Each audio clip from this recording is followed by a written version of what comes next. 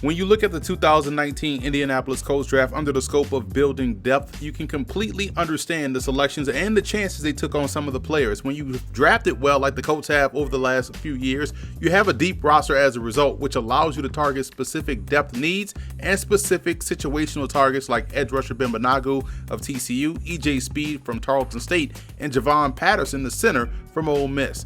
What I liked most about the Colts draft was wide receiver Paris Campbell out of Ohio State. He was a bona fide game breaker this year for the Buckeyes and gives the Colts a legitimate threat as a slot receiver. His ability to hit the home run every time he touches the ball dictates coverage, not only for him, but for guys like T.Y. Hilton and Devin Funchess as well. Another stellar selection was cornerback Rock Ya-Sin from Temple. You saw him routinely matched up on the opponent's #1 receiver each and every week, and he was able to answer the call every time. He's a fantastic athlete with sound technical skills to be considered a lockdown type of a corner. I thought Marvell Tell's tape was very solid out of USC. He's got great closing speed to both the ball and the ball carrier. He's got the ball skills to be trusted back deep, and you can even see him as a guy that can hold his own in the slot in 3 safety looks.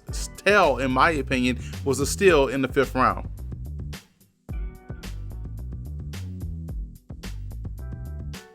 Don't let the size fool you into pigeonholing Penny Hart into a slot receiver role. His game is much more nuanced and refined than that. Hart can play on the outside as his route running is excellent, and he's one of the toughest receivers in the draft class. The Senior Bowl just brought attention to the great work he was putting in at Georgia State. 2 defensive tackles to keep an eye on are Sterling Shippey out of Alcorn State, whose quickness off the ball gave SWAC offensive linemen fits each and every week, and Isiolawapo Jagid out of Valdosta State, who, in my opinion, can play across the defensive front. He's both quick off the ball and has the length to cause major disruption.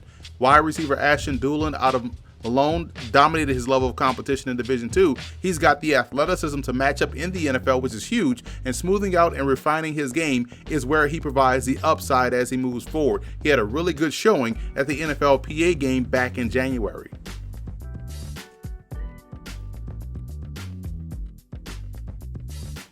I gave the Colts a beat for their draft. They landed a few day 1 starters in both Campbell and Ya-Sin, as well as some situational contributors and strong depth special teamers to round out the class and their roster.